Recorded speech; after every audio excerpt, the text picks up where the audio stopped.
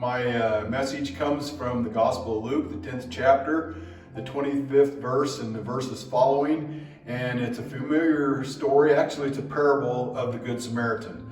Now, a parable is a teaching tool where you take, actually it's called an earthly event with a heavenly message. So that's what I want to bring to you this morning. Now, we're familiar with the parable of the Good Samaritan, but this is my parable of the Good Samaritan. I was coming home from Alabama, and I got down around North City, just this side of North City, and they had a flat tire.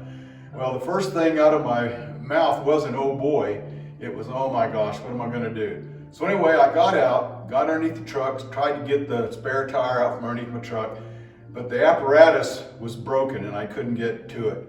And I struggled and I struggled and I struggled. I bet I struggled for an hour. Hundreds of cars went by and no one stopped. Finally, I just said, Lord, please help me. You know the fix I'm in, and please help me out of it. Well, about 15, 20 minutes later, a truck went by kind of slow, but then all of a sudden I saw that it turned around and was coming back. And out of the truck, this scruffy looking guy, probably late 30s, got out. He had tattoos all over him and everything. And when he came up to the vehicle, I noticed he had prison tats on his hands and stuff. And this really wasn't what I was expecting. But anyway, this guy said, what can I do to help you? So I told him what my deal was and all that. So we got down there, and between the two of us, we were able to get the spare under, get the tire back on.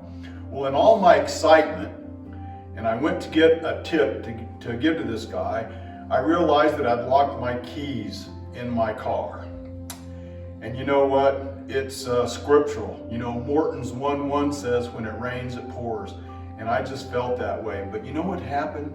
This guy came up to me, and I told him I locked my keys in the car. He says, don't worry. He says, that was my specialty.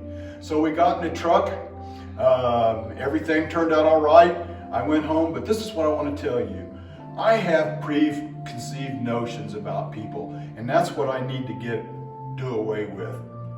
God provided this man, this Good Samaritan, for me, just like he provided the whale that swallowed up Jonah and then spit him out on dry land. And so the message for us today is help us to see people as God sees them. Thank you very much.